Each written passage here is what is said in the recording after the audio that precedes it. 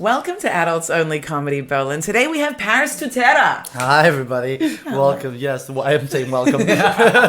I love it when people do that. Yeah. I'm Yes, welcome to someone else's podcast. Yes. Welcome to Anna's podcast. This is lovely. Thank you for having me, Anna. It's fucking 1st of May, and for some reason, instead of being out where the people are, we just decided let's come fucking.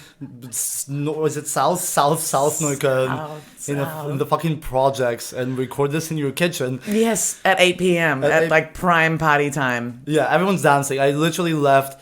You know when people leave their houses in Berlin and you're like, oh, everyone's hot here. Mm-hmm. Like I got like 52 erections just walking to your place from Kreuzberg. Oh really? Yeah. Fuck, I love Berlin.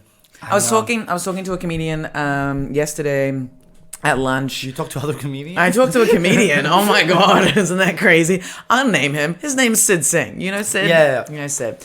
And we were talking about like having a city where you do well in. Yeah. Like, and he says his city is Vienna. Every time he's in Vienna. Poor Sid. I don't know. He's like artistic girls, artistic women he meets, intellectuals, and it's where he always manages to get laid. I'll say this also because Sid is a little bit of a square, so I think a little bit that's really generous. That's very generous. Yeah. So I think also Berlin. It's actually I relate to that because I think anywhere if you go elsewhere, you're automatically cooler than you are in Berlin. Ah, but he's not based in Berlin. But Berlin's definitely not his city. No, Berlin is not a city where you can be cool. No, you can't be cool in Berlin. Like, if I was, like, wearing the outfit I'm wearing today in any other city, I'd be feeling like that bitch. In Berlin, I'm alright. Yeah, totally. Oh my god, I have to show you. I got this amazing skirt and little top that's basically like a Barbie's like a Barbie costume, and it's like it's like a plastic shiny plastic. Oh yes, I love that shit. Hot pink shiny plastic. Oh my god. Zip up the front. Zip on the actually I think, and there's just like a tube top, and I'm so excited to do comedy in it in summer. Like it's just gonna be yeah, like I might be able to feel cool in it. I think you will. I might be able to, like, because also around comedy people, it's all very easy. It's yeah. It's like it's so arrogant, but it's like being in Vienna all of a sudden. You're like, oh my god, yeah, everyone's such a fucking square in here that this outfit really works, and then you leave the comedy club and go to the bar next door, and you're like, okay, back to reality. Right. Yeah. But like comedians aren't really styling. Yeah. They're not. Really not. Like, no, I love them, but, I suppose it's not about the style, right? It's not. But in the beginning, because, like, a bunch of, like, old school comics always talk about, like, don't fucking wear shit on stage and distract the audience from what you're saying. And in the beginning, I'm like, oh, maybe I just wear, like, a t-shirt and pants. And I'm like, that's fucking ridiculous. That's advice from, like, 50-year-old white men. Yeah. Like, I'm not gonna take it, you idiot. Like, that has nothing to do with me. How does it benefit anybody? Like, the thing is, and I used to, and a lot of female comics talk about, like, certain outfits giving you bad luck on stage. Like, Freddie once said, if I wear, I'm just checking myself because I've just referred to two different people. Yeah. That everybody that listens to this podcast maybe knows, and I'm repeating things that they've said, but they're things that are not controversial in any way. Yeah, we're not exposing anyone for we're talking about fashion on the stage, for fuck's sake. Exactly, and like having your city, and it's great that Sid has a city, Yeah. Sid, we fucking love you. If you can get pussy anywhere, we support it. But Freddie was saying that if she ever wears a floral dress, she's gonna bomb because she looks too feminine. So she always feels. I'm like, I think it really comes down to confidence. Yeah. If you're dressed and you feel like the audience might judge you, and they're always gonna judge you, but like they're gonna judge you more for what's coming out of your mouth than what you're wearing.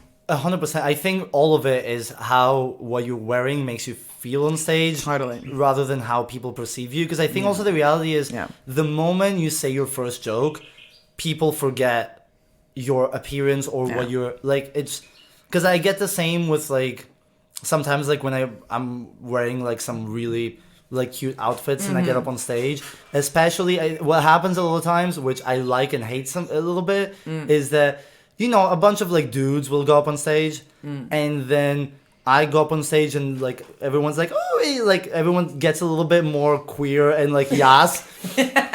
they're like sometimes they're excited, like, oh, that's a cute outfit, and blah, and there's like an energy, and but then you say your first joke, and then resets the entire room. Yeah. And then what you like, it has nothing to do with what you're wearing. Yeah. Exactly. It's really, it's a pure confidence game. And I also like another comedian, Amelia Jane Hunter. I'm just going to, there's 3 people that I've mentioned. Shout out. Shout outs. One of the greatest pieces of advice she ever gave me, or just like a comment, was like, when you're on the stage, you're a performer. You know, like, bring that sense of occasion to how you dress, how you stand there, and so I've become like, you look at your cohort of people, and you're like, if you compare yourself to what other comedians are doing, you're gonna feel self-conscious, but if you just get comfortable dressing the way that makes you feel you. And I think like a big part of it is like, if you make too much of an effort to dress up because it's a show, that can be a weird thing. But I think with I don't know, for me, for example, is like I dress the same way that I dress outside, and sometimes it's over the top and sometimes it's subtle. Yeah. But it's like a natural, like if you think about it too much, where you're like, I'm going up on stage, I have to dress up or down than what I am, it doesn't quite work as well, because you're just overthinking it. You're overthinking it, and it's not about expressing you, it's about somehow pleasing who you think is going to see you from the stage. But I feel like makeup, like I started wearing makeup again more because of comedy. Eventually, just like stage photo. Oh, that's it. I did a whole year where I basically wore no makeup. I don't know. I fluctuate on that. But if I, for example, I also fluctuate on makeup. Yeah. Like if I'm not going out, like as in if I'm not going up on stage, the problem is that I'm not going up on stage, So like, but if I'm going out and I'm not going on stage, do I wear makeup? And the answer is yes, I still wear makeup, and so it's because I'm going up, I'm going up quite a bit, and I'd like to look nice, so I'm starting to wear makeup more often because I'm wearing it more often in my normal life. Anyway, okay, I've analyzed that. That's good to know. Excellent. Okay, makeup and dress up, part 1. I think it's the first thing that Tara, another comedian, we talked about. What am I doing? What is this? What is this?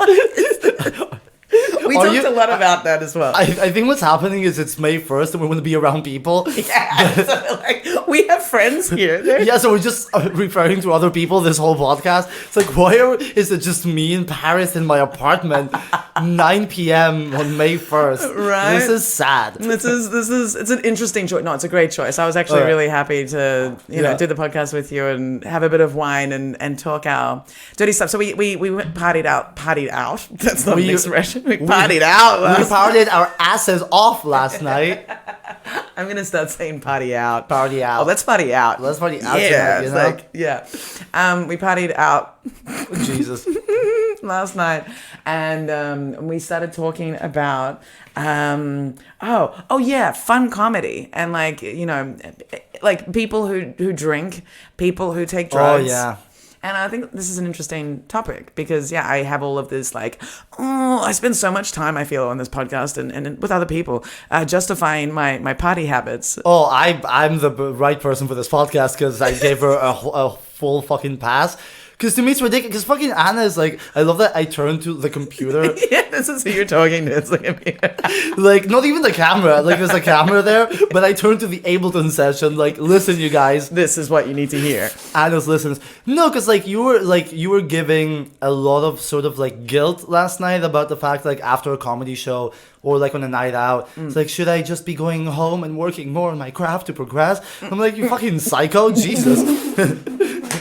No, the whole point of doing anything, not just stand-up, but any sort of performing arts, is that, you work at your craft crazy, but the great thing about it is it's not an office job, and then afterwards, you get to have fun. And then we're talking about the fact that all comedians now, comedy is not fun anymore, because 80s and 90s, 70s, 80s, 90s, all the stories from fucking, I don't know, Robin Williams, then Sam Kinison and the house over the Comedy Store, where have you heard of these stories where Mark Maron worked the door? He was the head doorman at the Comedy Store. Yeah. And Mitzi gave him the keys to the house over the Comedy Store. Okay, I don't know this part, no. Where he could live and a bunch of other comedians, and then when Kinison was performing, he would give he would give Mark Maron like $5,000 to get like booze and cocaine and get the house ready so that everyone would go up after the Comedy Store. Oh my God. And then like Mark Maron was talking also about like Sam Kinison would always sleep at the floor. Like they had 10 beds and he would always sleep on the floor. And like everyone would just do like all these insane stories. And like now everyone has a podcast and they're talking, I'm like 5 years sober. And I'm reading this self-help book by Mary J. Wiseman, who's like a clinical psychiatrist. And you're like, are you a comedian? Yeah. Jesus Christ. Yeah. Like, and I did my year of sobriety, and that was really That's impressive. That was like I wanted to see that I could do it. And Which year was it? 2020. I mean, valid. It was a good it was a great good choice. year. Yeah, it was a good choice. Oh my God. Like no social pressure. None.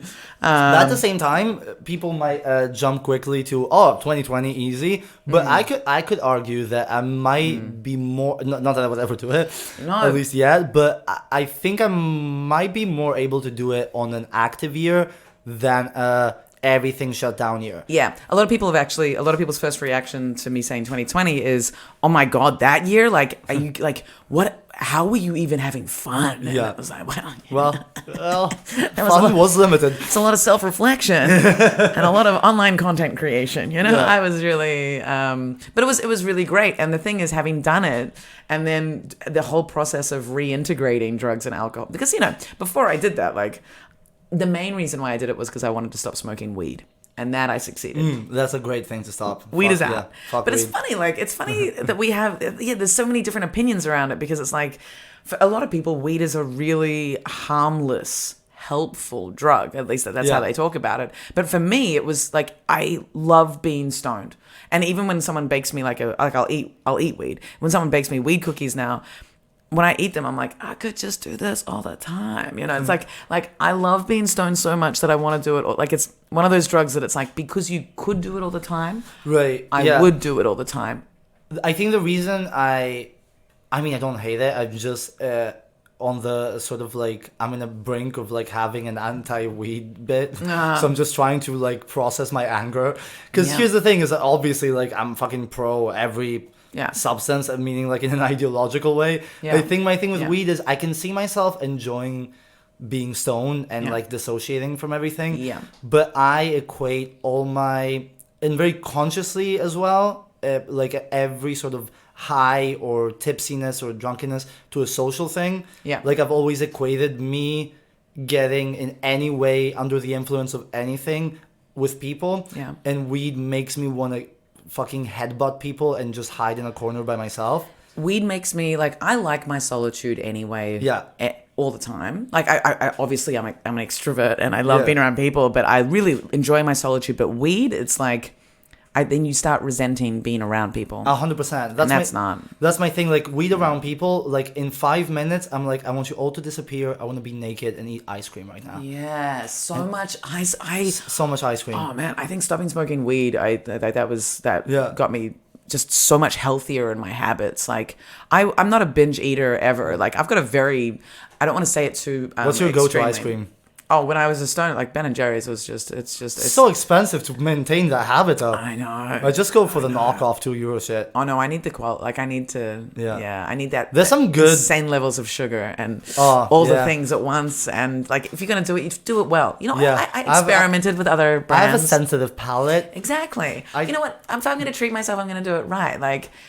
It's fair. But I would argue that I have half-price solutions that actually I enjoy more than Ben & Jerry's. Really? Yeah. I don't buy ice cream anymore. I'll eat so in my nanny job, I'll like get an ice cream from the ice cream store with the kids. In summer, like on a daily basis, but it's like one scoop of ice cream. No, it's different, and also from like a gelateria, it's like a different. You don't feel like you're getting a vat of ice cream that you're eating by yourself at home. It's like you're outside, beautiful people are buying ice cream in Prince Auerberg or whatever. Sunlight, there's leaves, green leaves. It's the sunlight going through the leaves. There's children laughing and running around you, and you're like, I've had my one scoop, and this is not a bad, like, this is what was needed. Yeah, this is an artisanal product. Exactly. And this is an artisanal, like, I'm in Germany, and look at these, like, look where I am, and this is what you should do. But yeah, like, eating ice cream at home always feels sad. I think I've never reached the sad level. Meaning, like, I think it's because I always get ice cream and just sort of, like, slowly, like, enjoy it. You know what, though? Yeah. Sorry, I just realized. The thing is, though, even when I was sober, ice cream. The thing is, when you're completely sober. I love how you say sober, by the way. Sober. It sounds like a weapon. Sober. I grab my sober. I got my sober. Exactly. But even when I was like, when you're sober, you end up eating these because that's the only. Yeah. The only like there's you've got exercise, and so I ended up manically. I spit on you. I think You didn't. You call exercise a solution to sobriety. I call it a double down. Well, but that's the thing. It's the only thing that changes how you feel. True. No, that's right. That's Exercise, fair. masturbation, Yeah. and eating are the only things that change how you feel. So, when I was sober, I was still eating ice cream, but now that I've gone back to drinking and taking whatever I want, no weed, the ice cream's gone. That's interesting. Alcohol has pushed ice cream out of my life. But yeah, you guys. Alcohol and ice cream. I don't know. I want to do Yeah. some kind of like relationship thing. Like, they're just mutually exclusive for me. Yeah. No, that's fair. No, I have the same thing of like when I'm boozing, my consumption of anything sweet or chocolatey goes down by 90%. Totally right. Yeah, because if I start like, because I normally like, I love a midday beer, even if I don't drink. Like if I drink 2 beers and it's one at midday and one at night and that's it, which I consider as not boozing at all. No. But I see it as sophisticated. yeah. You see those old people that have ordered their Wiener Schnitzel and they're sitting at the table, they've got their one glass of beer with lunch. It's like, that's classic. Literally, I think but weirdly, I think the reason why I'm always like, alcohol has never been an issue for me is that because like my dad's Italian and restaurant dude, and my mom had a bar, still has, like, so I grew up in bars and restaurants. My boozing habits from when I was little have been like, oh, we're having a lovely lunch, little glass of wine. Yeah. Like my dad would pour me a little glass of wine from when I was like 6, 7. My mom did that too. She was like, this is what the Europeans do, Anna. Oh, I love her.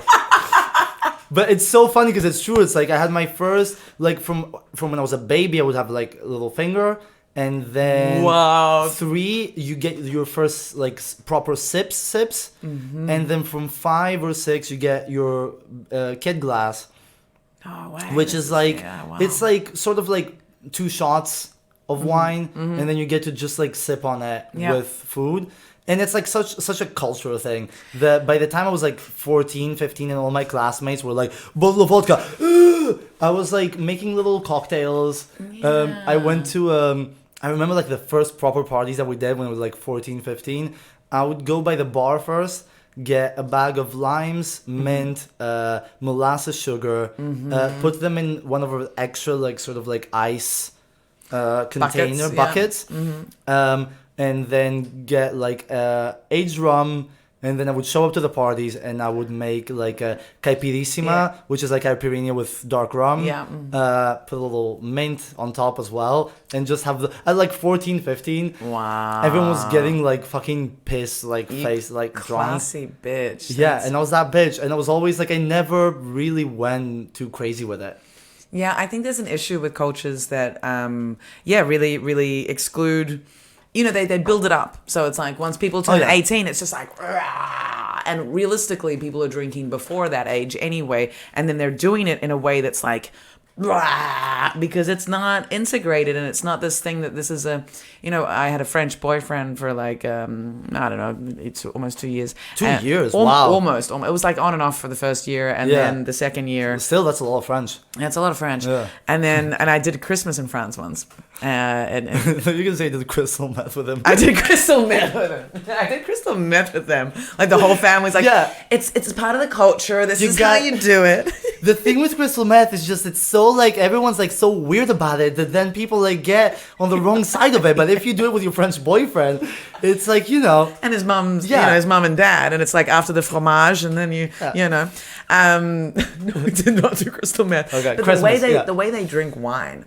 You could say that Christmas is the crystal meth of holidays, though. Oh, in that you want to scratch your skin off. Yeah. No, I like Christmas. I have over the last 2 years really enjoyed not having the pressure of Christmas with family and Christmas. I like Christmas a lot, but with family, it just gets very pressured.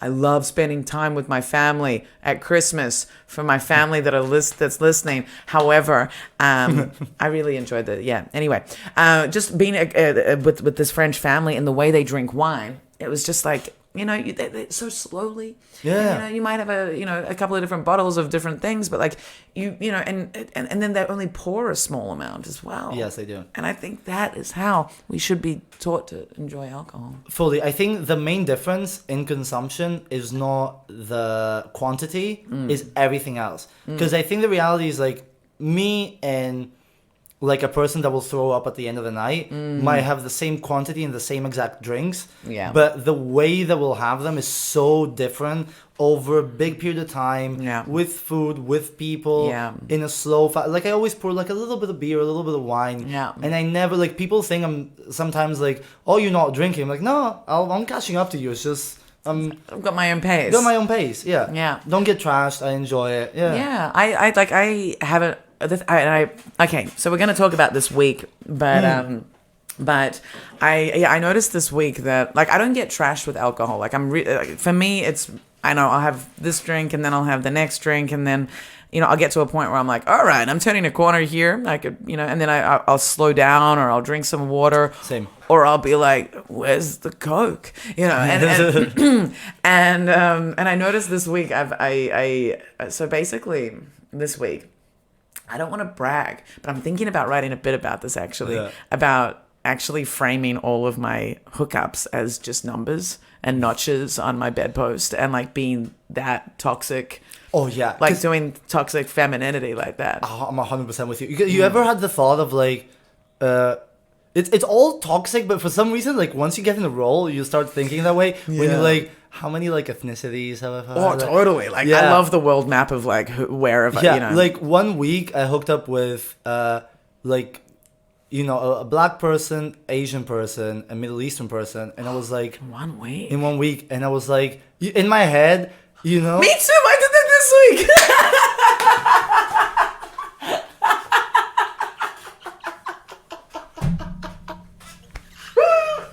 I love you. It's so great. Oh my god. But Asian was like technically Australian, but like still it was like still it counts. Yeah. Yeah.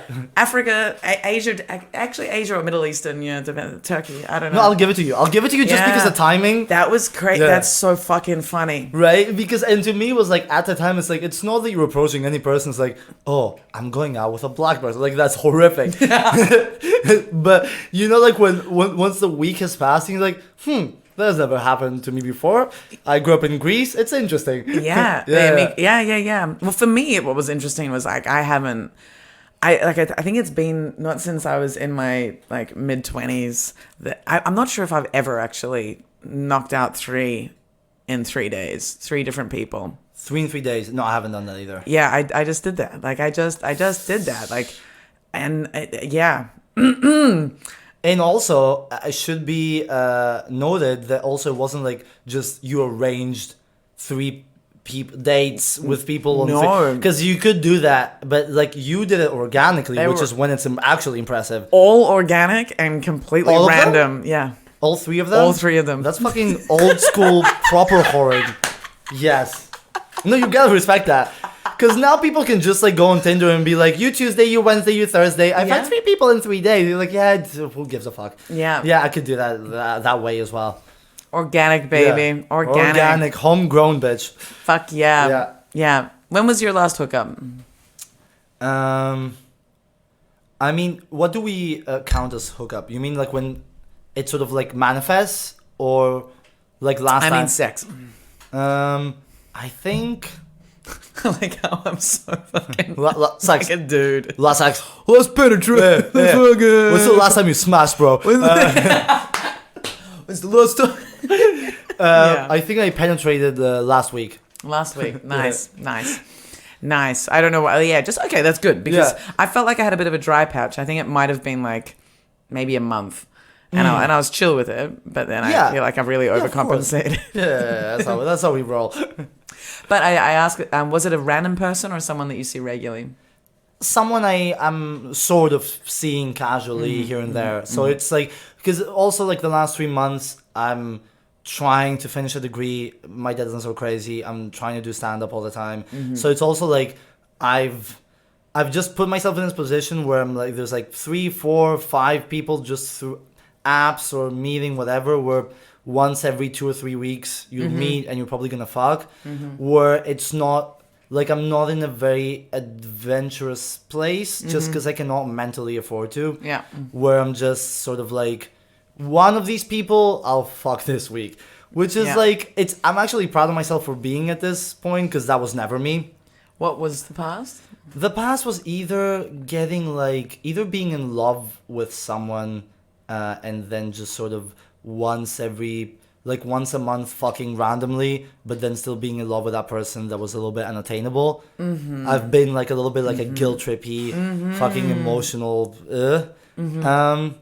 Yeah, I was never too wild, at least not in my head I'm very wild, but I mean like I never really had crazy exuberant situations or multiple hookups. I was always pretty chill.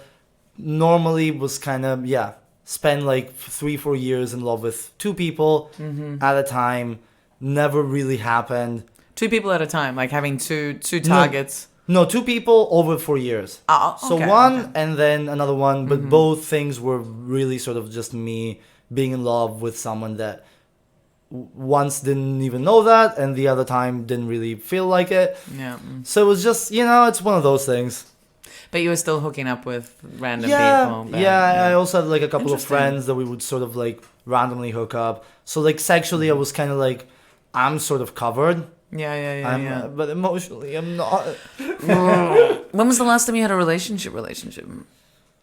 I haven't really had many, meaning like... Oh, you are young though. I am Let's young. preface that with your young. young. Let's preface that with my old voice. No, I am 24. You're 24. I'm 24. Yeah. I would say like I had a 7-month relationship, which was one of those things of like, it was beginning of the pandemic when we started going out 2 months before the pandemic. So then that came in. So we sort of like nuzzled in. Yeah. You landed on that one. But it wasn't really like, it wasn't one of these things that like, oh, I'm so in love. No. It was a little bit convenience. It was one of these things. It might be me being a toxic dude. Or just honest about how you genuinely felt about the situation, and that I think a lot of people can relate to leaning into. I remember, I could have done that with someone at the start of the pandemic. Really glad I didn't. But I think there are so many people that were in I that think a lot of situation. people do that, and I don't do that really. Like I'm very anti this thing of like being in 2-year relationship that started out of convenience, and then you just get used to it, and then it takes you another year to just break up with someone that you don't want to be with. I don't like that shit scares the fuck out of me. I don't understand that shit. I'm normally very direct, very like communication. I'm like super intimate and physical, so it's like if it's not there, I'm like I'm not there either. Totally. But that one was a sort of like weird time for me. I was fucking having it. It was one of these things where I feel like I shouldn't have done that to the other person. Okay. Meaning like I wasn't toxic, I just wasn't present enough or loving it. It was one of those things. It felt imbalanced. Yeah. But I haven't really. Yeah, then there was like the big one was fucking like last year, like end of like from the summer till like December, where it was one of like my biggest sort of love of my life situation, and also she was sort of like she convinced me because I was very careful around that shit because I'm like we met back in Athens, fucking intense as fuck, and I'm like and I was being super careful with it because I was in love with her when I was like I don't know 19 or something, heavy. Was one of those two people, and I'm like, oh, this is terrifying. Oh la la. But she made all the moves and and I'm like, if you're all in, I'm all in, 100%. And then I came back to Berlin, and it all started sort of like crumbling over 3 months, where she wasn't very communicating because she was like an introvert. So she had to process everything for a month, and then I would know. It's like, and I'm not that way. I'm like a 5-second rule, sort of like, I felt something, here's how I felt. Yeah. So that was, but anyway, not to get into 5-second rule of feelings. That's hilarious. I love that. I love that. That's a very cool mode to be in. I'm just gonna make sure the computer doesn't stop recording. I have the same thing when my Ableton session disappears. I'm like, it's probably not going anymore. Right. I don't know. I've had situations where I've lost stuff, but yeah, same. I think we all have with Ableton. Oh man, but it's mainly because of space. It's just been space. Yeah. I hope. The same reason I have relationship issues. Space. Space. Oh my god. Space. Okay, I love the 5-second feeling rule. That's like, as in not a rule, but as in like that's how you operate. Yeah, no, it's more of a joke, but it's more of also like, because we also have to go back to the morning today. I just remembered when you woke up this morning and you told me about the guy. Yes. Yeah, because I think with a lot of the issues that men have, like this sort of a thing of like not expressing yourself or not communicating properly. It's things I had as like a teenager and like up until recently. Yeah. So it's also like a lot of it has just been of like, dude, just because you feel like that, it doesn't mean that the other person is aware of that. Yes. Like, that's a big fucking thing. And it's not male or female, but just as a rule of thumb, men struggle with it a lot. Yeah. Because it's based on open communication channels, which men ask, what are those? And then you explain to them. So a lot of it also has to do with me not having that sort of like, oh, I feel like this, I'm going to let you know. I want to hug you, I'm going to let you know and then hug you if you give me your consent. No, but you know what I mean? It's like, it's all these things of learning how to be present and learning how to build stuff on communication. Yeah. That I think once you get there, like you cannot go back to just being a dumb, ignorant person. I agree. Where now I'm just like, any relationship I start, if it's like a friendship, a business relationship, and especially like romantic, it's like, okay, this is what I require. Like I require touchy, feely, like I need physical intimacy. And then I also want to communicate because I'm going to be telling you how and blah. So I think it just comes from me like just realizing, oh, you were an asshole with these 10 people because they didn't know how you felt. Yeah. This is interesting. Just the point of, I agree. Like once you learn about communication, you don't really go back from that. Those sort of communication skills or ways to be ways to communicate that are healthy. And because there are a lot of people who, for example, don't know how to take feedback or can't have an intellectual discussion without making it personal or who can't do those things. But I was just wondering, because, okay, so these last 3 mornings. Yeah. That's the waking up is the most fascinating part. Right. Good for me. It's like everyone like focuses on how you hooked up. No, I'm like, how did you wake up? Dude, totally. Yeah. That's what I've been meditating a little bit about, just like and having 3 in a row and seeing my Tell me same sheets? No, I mixed it up. Okay, good. Yeah, good for you, but I love the idea of like putting 3 men on the same. And that's why I went to First one was at his house, second one my house, third one he was like yours or mine, and I was like yours then, because I didn't want to bring him back into the same environment. So you only had one here. That's only good. One here. Yeah, the one that peed on the floor. Have you talked about it already? No. Bitch, get ready. If you're listening, get fucking... It's just such a fucking... All right, so I'll tell the story because it's just so dumb. It's not dumb. It's just like so I pick up... I can't smoke inside, right? No. Yeah, no worries. worries. Well, no worries. No worries at all. No worries at all. I would like to open another bottle of wine. Yeah, maybe that's yeah. Start telling the story, and I'll take care of that. Okay, so that's the bottle of wine is in the fridge. Okay. And it's prosecco, so it's gonna make a pop. Oh, fizzly. But so basically, I picked up this guy. Actually, it's lying down next to the broccoli, I think. Next to the broccoli. Next to the broccoli. That hasn't gone bad yet. Oh my god, broccoli in Berlin goes bad so quickly. Are you sure that you didn't already have it? Certain, because it's a prosecco. No, it's in the. Oh, yeah, it's here, I got it. Yeah, all good. This is fascinating for you listeners. Yeah. No, look in the other shelf. Now I've got in the first drawer is. Yeah. I don't have handles on my drawers either. You know how to do that. Okay, cool. Baby, come on. So I picked up this guy at a concert, a friend of a friend. I don't know if that's too specific. Oh no. So basically, we get home and fully roundy, cool, fall asleep. We wake up and we're kind of fully roundy, and then I'm like, oh, I need to pee. So I jump down from my loft bed, and that was professional. Oh my god, so respect. I get paid for that. Yeah, me too. But I like very few people do it like I do it. You know what I mean? You gotta respect the game. Opening wine bottles. Oh, it's also not so fizzy. That's why. I hope it's all right. Yeah, it's all right. So I jump down from my loft bed and race around to the bathroom. And it's a really small space. It's really like just maybe like 2 meters. And as I jump around from bed into the bathroom, I slip on this liquid that's on the floor. All of this, it's so wet. And yeah, I slip and I fully, like, I go into the air and then slap down, like full body slap, hit my thigh, like on my butt's still really sore, on my hip and on my elbow. And I get up quickly. I'm like, what the fuck? And I quickly put a towel down and I pee. Then I'm like, did you hear that? And he's like, Ugh. And then I come back up to the loft bed. I'm like, there's all this liquid. Like, do you have a leak? Yeah, I was like, is there a leak? What's happening? Like, is there... Did someone spill something in front of my door? And it's like slid in? Exactly. Wow. And he was like, and then like we continue to like fool around and have our morning session.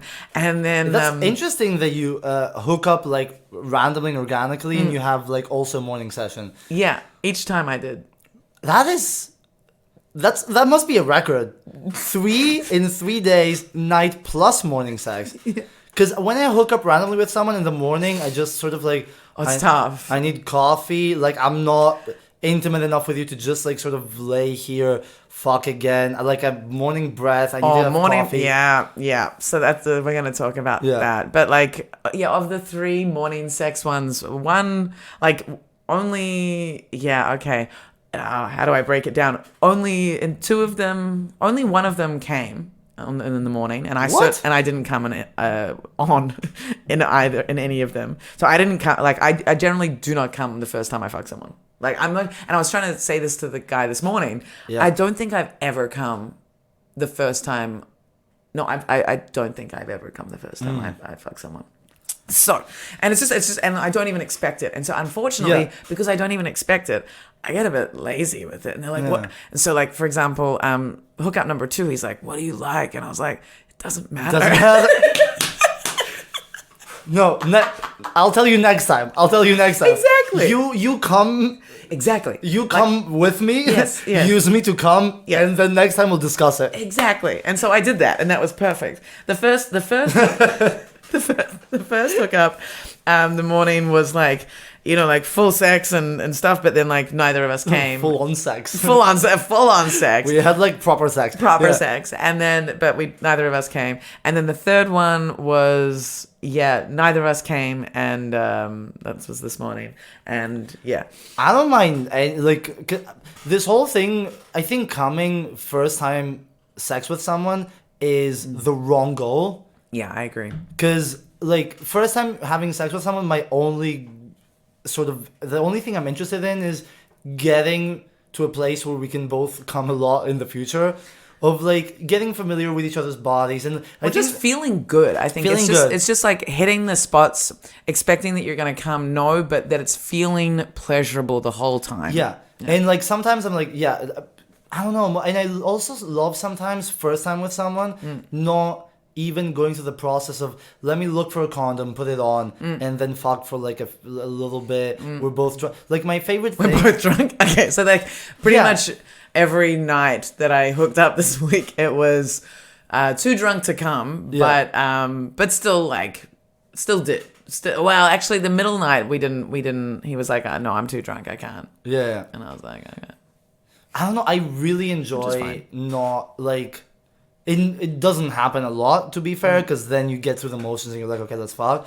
But I really enjoy, like, just resisting a little bit the temptation to just... Because also, like, with someone you don't really know, it's just like, okay, I've put on a condom. It just feels a little bit, like, automated, and you don't know the other person yet. Where if you get in a place with someone that's, like, awesome to just sort of, like, hook up, do like oral sex to each other and like kiss each other and hug, and then go to sleep, and then maybe in the morning you've built that chemistry where you also like whilst you've got the morning breath and like the daylight coming through the windows and I never fuck. Like morning sex for me is not we wake up we fuck. Is I wake up, I go to the bathroom, I brush my teeth, I make coffee, I smoke a cigarette. And then, now that we're humans again, let's fuck. Like this, wake up. First of all, I need to pee. I'm dehydrated. Without coffee, fuck you. I'm not. I've been in fine form each morning to fuck, but that's not to say. I'm so jealous. Like, it's just waking up and it's like they're there. So it's like, of course we're going to do that. And they've sought that out each time. And it's been, the morning sex is, well, oh God. All the evening sex moments have been blurry, to say the least. Oh yeah. Oh my God. And now last night though, like, and that's what I was thinking with the alcohol thing and the drugs thing. Last night I didn't take any drugs. It was just alcohol, and I remember all of the night. Yeah. But I've got real blackouts with the first two at the night because the first night I did the tiniest line of coke. I just had this tiny bit of coke in my wallet, and I was drinking heavily, and I was like, I'm not gonna last if I don't like I'm gonna need to go home soon if I don't, like, I want to do this. And I went to the bathroom, and there was like some girl in the bathroom. She was very young, and I kind of walked in on her, and she's like, "No, you can come in." And I was like, "You want to share a line?" And she was like, "Yeah." And I was like, "Okay." So Of course. And so I did this line, and then like she came and she ended up sitting with me and the guy, and she brought her guy, and we were all chatting, and then I don't quite remember how we got to his place. Like, I think there was a taxi. Yeah. And then I remember like choosing music on his TV and like showing what music I wanted to listen to. And this is also what happened this morning at another guy's place. But yeah, and then I don't really remember the sex. But then in the morning, yeah. I stopped having, like, I went through like this phase of like, if there's music being played around people, I was like the obsessed maniac of I'm gonna control that. Me too. I've been there many points in my. And I let that go. Yeah. I think like a couple of years ago, like in Berlin, because I realized like I don't want to be that person at all. It's stressful. It's like I let it go, and it feels so good. Yeah. Because then you're like, what do you want to play? Oh, honey, anything. But then when they're like, you choose, I'm like, okay. No, I'm like, yes, I'll do it sometimes if it's like one-on-one. Just one-on-one. I'll choose. But like, because now like I hang out with all these people and they're like, they play a little bit more basic stuff, and I'm like, I don't want to bother them with my progressive weird stuff. Yeah. I'm the same. I had a night after a show recently where I just sound like I'm really off the rails, but like I ended up taking someone's ADHD medication after like. By the way, I was thinking throughout your whole story, if anyone has ADHD, while I'm trying to open a bottle of Prosecco and you're trying to tell a story about piss on your floor, like someone's going mental listening to this. I didn't finish that story actually. There was another part. I'm telling you, someone's going mental. How does the piss story end? Fuck. Okay. Piss story. Let's end that now. Let's come back. So basically, and we're coming back to ADHD medication. By the way, we're fine. We're fine. We're good. It's so good. So basically, I came back up after falling over and really hurting myself, and came back to bed, and then we fooled around in the morning, and also then like sat and chatted for like we talked for a bit. It's quite civil for a hookup. Yeah, it was really nice, and I mean, you have the beautiful armchairs now, so you can afford to have a conversation. Right. But it was all in bed actually. But it was like we got to know like what I got to know what he does, and we talked.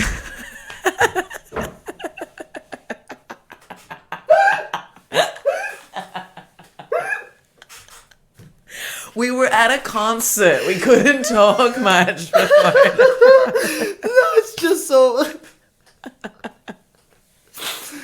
I understand it so much, but it's so hilarious.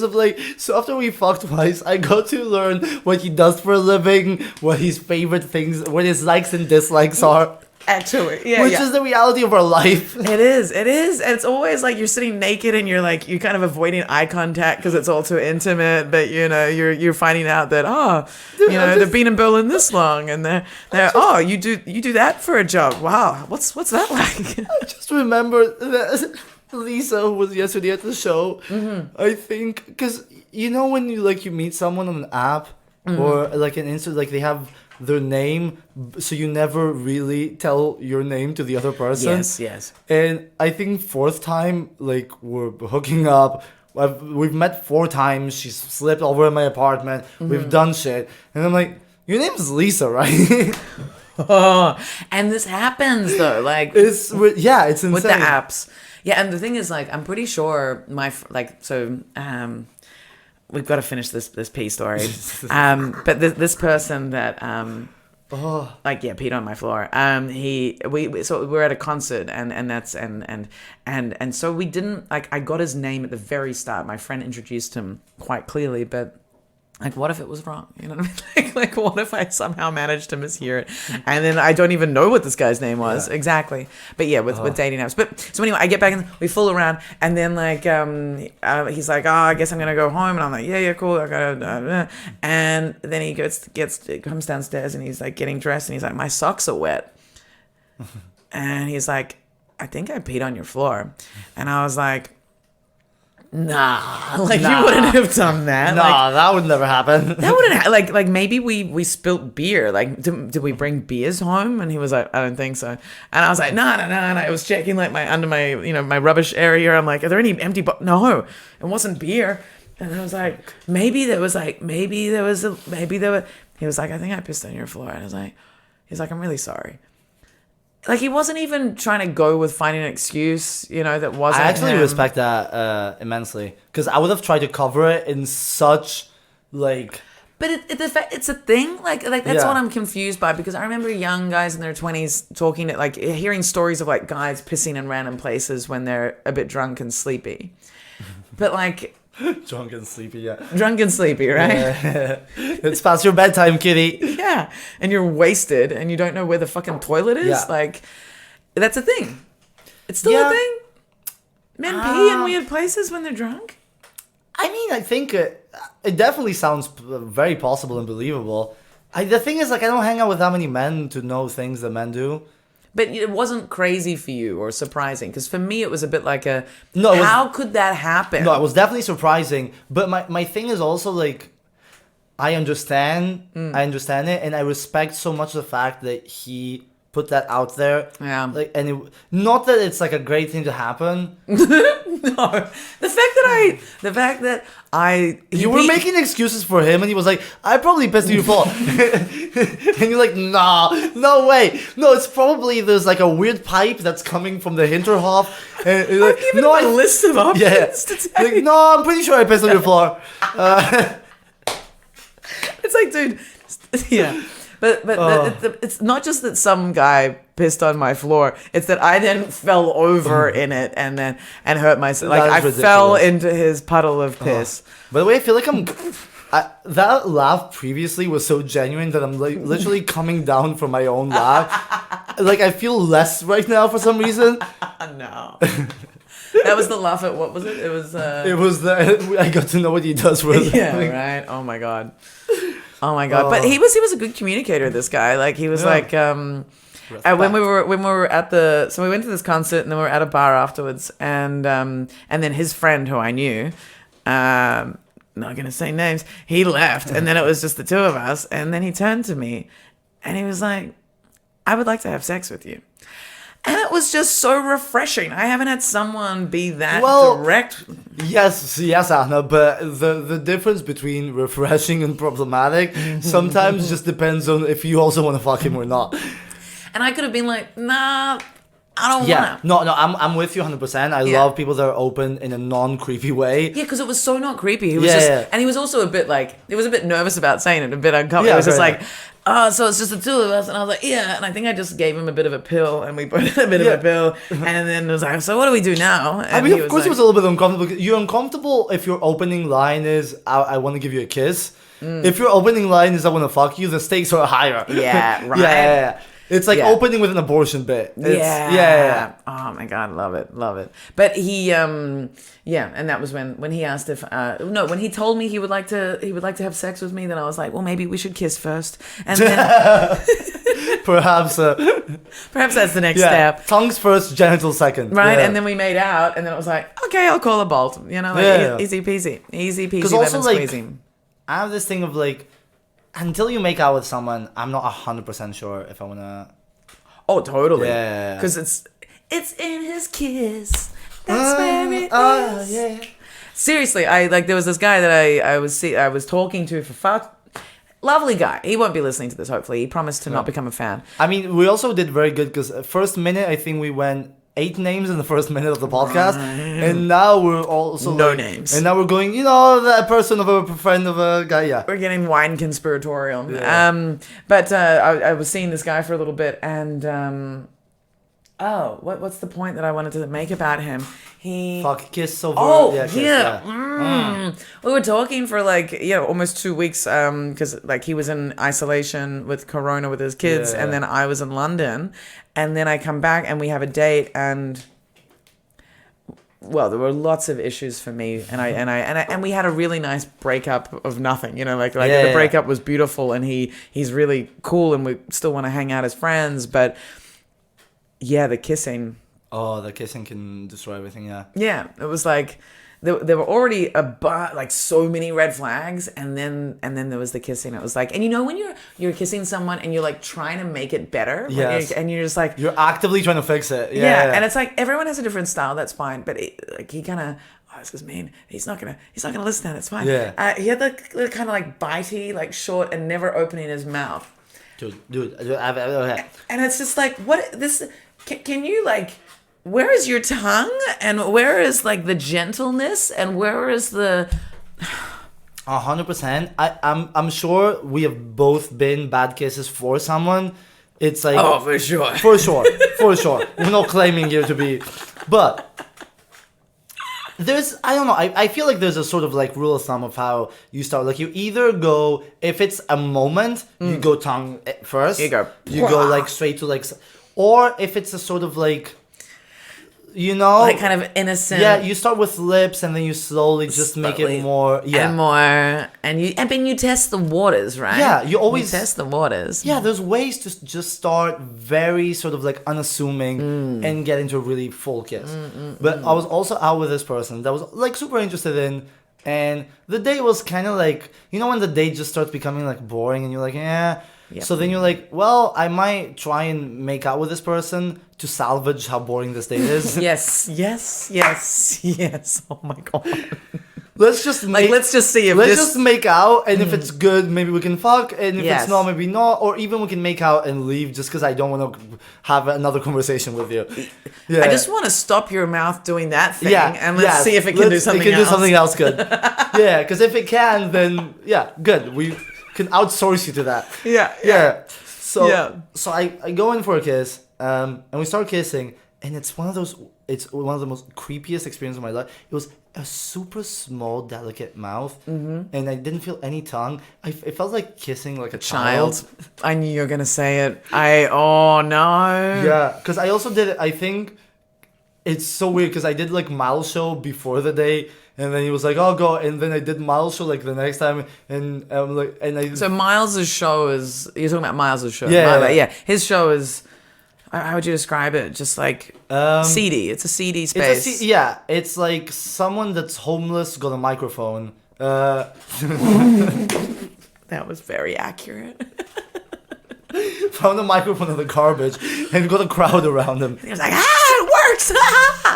He's a sweetheart. I actually have my favorite shows to do are Mile Show. I've got to get back to doing his shows actually. Yeah. I just keep forgetting. But anyway. Yeah. Oh wow, it happened. It did. That was amazing. All right. So I want you to keep telling the story as I fix that. No, don't worry. I'm good here. Just gonna hold it? Yeah, I'm good here. I have a new setup, so we just broke a microphone for no worries. those listening. This is a hilarious podcast. Yeah.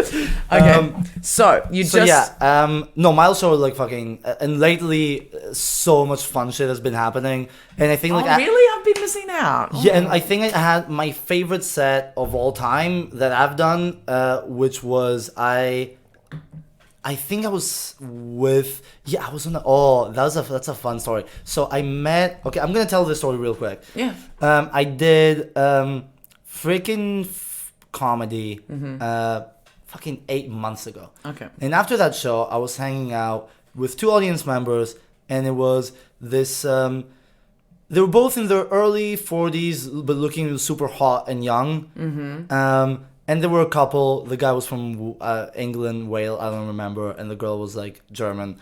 So we kept in touch. Mm-hmm. And after 8 months later, like she texted me, and she's like, "Should we like get a drink or something?" I'm like, "Yeah, totally."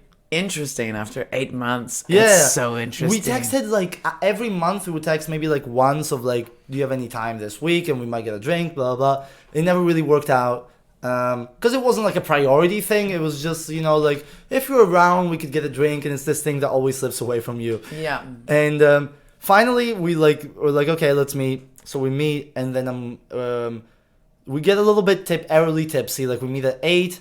We go to Mile. Just with the woman. Yeah. And then we go to Mile Show around like 10:30, 11. That was second half, and I show up there. And we're like tipsy, and I don't know if it's flirty or not. Yeah. I don't know if she thinks I'm gay or bi or into her or not. Like I have no idea. But it's a fun hang. So we go to the show, and I'm like, dude, I'm not gonna. It's the Friday show. It's new material night. I have some new material, but I don't want to do like material. You know when you feel like I just want to go up and fuck around. Like I don't want to do material. And I'm talking. I never think like that, but that's an interesting way to think. There's times where I'm like, I think like once every 10 shows maybe where I'm like, there's no way I'm doing bits. Like I just cannot put myself in a position to be like, so this happened and this is how I process it. Like no. Okay. I'll do a bunch of crowd work before I get to the bits, but I'm always doing stage time to get to the bits. Hosting though, there'll be points where I'm just like, I'm not doing bits. Yeah. But anyway, go on. Anyway, so I get there and I tell that also to Eunice. I'm like, dude, I don't want to fucking do anything. And he's like, oh, I have some stuff that I didn't do tonight if you want to like get my phone and work some premises. Eunice gave you bits to do. Yeah. Great. So he's like, if you want, these are just a set of like 3-word premises that I didn't try tonight. Wow, that is fun. And I'm like, fuck yeah. There's some show concepts that work like on this. So I go up on stage and I also preface this with like, this is Eunice's phone. So this is me doing Eunice. And I did like a 10-minute set with Eunice's premises, which is the best set I've ever had.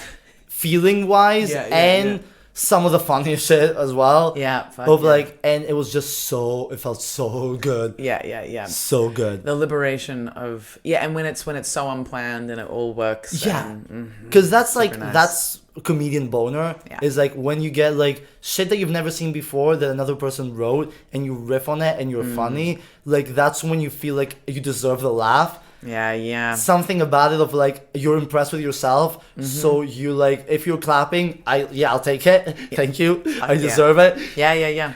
Yeah, but it was one of those moments. Anyway. Nice. Yeah, then went out with. And then what happened with the woman? Oh, it turns out So I told her like I think like we were talking about some weird timing shit.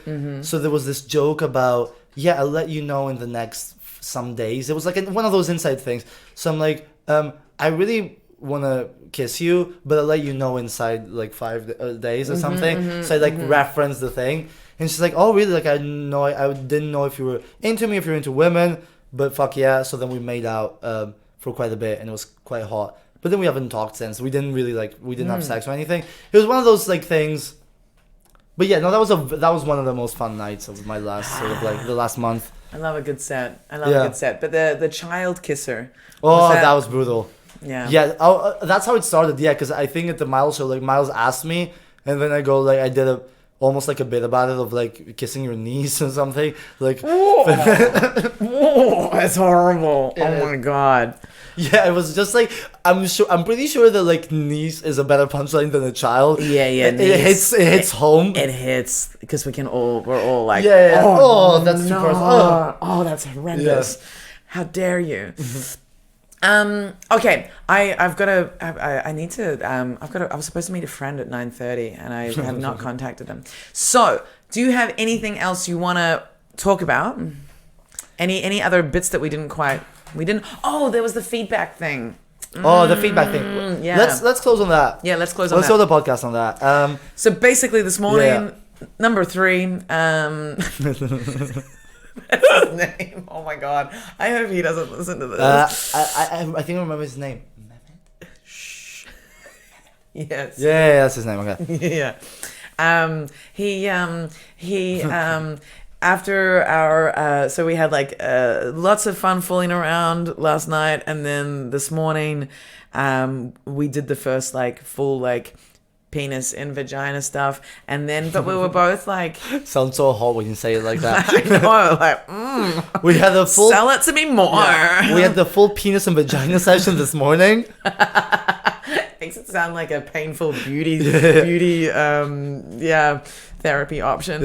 And afterwards, like, you know, we kind of like stopped and then didn't go anywhere. Right before we really started having sex, he like turned over and like pulled out a packet of mints, and then they all fell on the ground. He's like, mint? And I'm like, yeah. And then I was like, oh, do I smell? And then I was like, I don't know how much it's just his self-consciousness. And then it was like, and he'd opened the fucking blinds and there was all this light, which is fine. That's a lot of decisions to make in someone. Oh, it was his own house. It was his apartment. Yeah. But it was like light. And then, which is fine. Like, I'm fine with my body, but it was like a lot of light. But he decided to do that also, which is weird. Yeah. And then the mints thing, and it was just like, oh, now I feel like I've got bad breath, you know? Yeah. And I feel like I'm doing a scene now. It's just like, exactly. Mints, let's fix the lighting. Everyone has mints. Okay. And I just, and all of a sudden I was like, I wasn't feeling that sexy, but I was like, we're doing this thing. And then afterwards when it kind of stopped, and then we were kind of just like, when it finally ended. It's like, so feedback. And I was like, this is hilarious. Like, you just turned to me and said, so feedback. So feedback. After sex. I was going to say after a sex, like a set. And it was just, and I was like, look, you know, I really enjoyed last night, but I think like we're both self-conscious right now. And so it didn't go anywhere. And he was like, yeah, me too. Cool. And then he was like, I don't really like penetrative sex that much. And I was like, what can you say? When I know people have different tastes, but like, I do like penetrative sex. And I think what he means is I don't like wearing a condom. He was very good with the condoms though. Like there was no point where I had to ask or. You know, of course, yeah. No, not of course. There are so many men who are not. Oh, I know that shit. Yeah, you know that. No, but I'm the same of like I always put out a condom and I never. Oh, you mean he doesn't like penetrative sex because of the condoms? The condom in it. Yeah, because I have the same thing of like, of course I wear a condom and I don't put anyone in a position where I'm like. No. But at the same time, it's like this is not doing much for me, and I also feel like. Like every 5 minutes of sex with condom, I lose like 5% of penis size until I'm not erect anymore. You know, it's this thing of like slow decline. Yeah. And it's nothing against like obviously like protected sex and stuff like that, but no. it's just to say of like like I understand why like a lot of men are not. Yeah, when there's no condom, there's no problem. Yeah, I think. When there's no. Back in like the days of like when I would like hook up with my friends, where we were like. Both no condom with each other, but we were safe and we knew each other. Yeah. Like I would have sex for fucking like 3 hours. Like nonstop. With a condom, I'm like, after a while, Yeah, right. Yeah, but it's apparently some companies developing a pill for men. Yes. which will be very valuable because like the pill for women, it's just a fucking horrific thing. Yeah, I don't take any contraception anymore. Yeah, I stopped. So like I'm like full like red alert, you know. Probably, yeah, this idea of like women can take the pill and sacrifice their mental health for it, like and physical and you know, fuck, it's insane.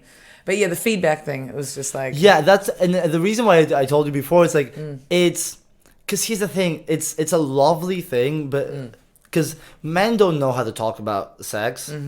But they want. But I think women also don't know how to talk about it. I think no one knows how to talk about sex. No, it's really hard. Yeah. It's hard. It's so hard. And I freeze up. Like the pee on my floor guy, he was like, "What do you?" Yeah, I said that already. Like, what do you like? And I was, what do you? I was just like, yeah. Like you need to know someone before you're like first this, conversations about sex are uncomfortable. Extremely. Extremely, and it's the thing of like that's why like I love the feedback. It's like there's. Being graceful in trying to set up a communication around sex the first time with someone, it's horrific. It's all cringe. So it all comes out as feedback because no one really knows how to deal with it. But it's I laughed in his face. Yeah.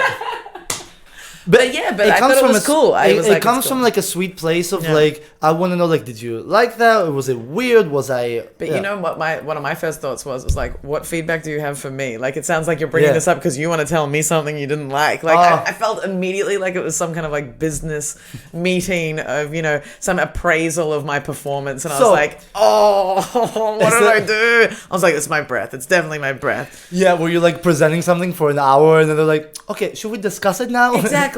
And I was just like, no. But yeah, I see it from that angle. It's so hard. I made a promise to myself like a year ago that every time I have sex with someone, I will try and ask for something that I like. But it's in the situations where you don't know the person, it's really hard to ask. Yeah. I also I've made a promise to myself because I also have the same mental freeze of every time I think, and then you're there and you're like, it's and then weird. Like every formulation of your idea sounds ridiculous or judgy or or like you're a fucking idiot. Because you don't want to be cringe. I think everyone is afraid that you're gonna be just a cringy. Yeah. But what I try to like, especially if I'm hooking up with women, what I try to always be very like in the front of my mind is like tell them to be very comfortable to mention like because asking is weird. Like what do you like is not a question that gets answered like that. What I try to do is like feel free to direct me at any point or tell me what, but like because that's totally different because if you ask directly it's you putting someone on the spot of like hot potato, you go now. Where I try to just be like at any point during this, if you have any opinions about this, like please let me know. That is a great way to frame it, and actually, even like just saying that sentence and then being like, and it goes like I want this to go both ways, like I would like this to, I would also like to feel comfortable to say the same thing. I think that's fucking killer. Baby. I love that. That's gonna change my sex game. I think so. I think we all need just to find the perfect way to frame things so they just work. The other thing, and I saw it from like it's an interesting thing I saw that's like more directed to like sexual, is this girl was like doing, I think like in a porn site, but she had this lovely thing of like how to like masturbate like a woman or like how to like all this sort of things and she had this really awesome concept of like ask a woman to put her hand over your hand and show you, which was like I might be like a thing I hadn't considered it that way, where it's like position your hand on top of mine and show me like how it works for you, which is like a brilliant thing of like you're still connecting totally. And I just like finding things like that where you're like like for example, that's something that I think that's often what I think in my early days I would actually in my 20s maybe I would like try to help by putting my hand early days sounds like you're talking about your career. It's like what the fuck. In my early days of working with my vagina. Yes, but really I would do that, but like I feel like I've got such an unexamined history of trauma around asking for things or directing and then it being received so badly. And it's quite deep. I think it goes a lot deeper than, you know. Yeah, it's fair. Yeah. It's fair though, because if at any point you get any sort of pushback or slight shame about wanting something in bed and being in a very vulnerable position. Or how you've communicated it. Like, you're like fucking bussy or you're, you know, and it's like, what the hell am I supposed, or they feel, you know, and it's the whole thing of the other person feeling criticized. Oh, yeah. And it's just like, can we remove the criticism and just like, when someone suggests you do it in this way, it doesn't mean that what you've just done is bad. It just means that that's going to be better for them. And that's a hilarious thing. Okay. And the ridiculous thing with trauma is that, like, you saying that is incredibly hard to people that are healthy about their sexuality. But then some men take it personally, so then they get defensive. Yes. So their reaction is, I need to somehow offend my way back because all my insecurities are based on the fact that maybe I don't fuck that well. Completely. Because me and all the boys talk about who fucks better. So now this girl is being, you know, like it comes from such a shallow place, but then can fuck you up. Yeah, absolutely. But I like that they please feel free at any time to give me direction. Yeah, that is. I think that's a good. Yeah, that's really good. That's really good. I love that. Okay, we're keeping that. Should we end this? That's how we're gonna end it. Yes. Plug stuff. Yeah. You guys, hi. You can follow me. I have like the Lazy Eye on Instagram and Facebook and all that stuff. It's the _Lazy Eye. I have a couple of podcasts and upload a bunch of stand up. So follow that, and thanks for listening. It's been so much fun, Paris. Fucking thanks, Anna, for fucking having me. It's very impromptu. We talked about it last night on a couple of beers. Oh, a couple of beers. That's generous. Yeah. Or not, the opposite. Conservative. It's been so much fun. I've had so much fun. Yeah, as always. Thanks for having me. Let's go and partying for May Day. Oh my God. Yes. Now we can do it. Now we can do it. All right, that's been Adults Only Comedy Berlin. Thank you so much and good night. Goodbye. Good night, babes. Woo!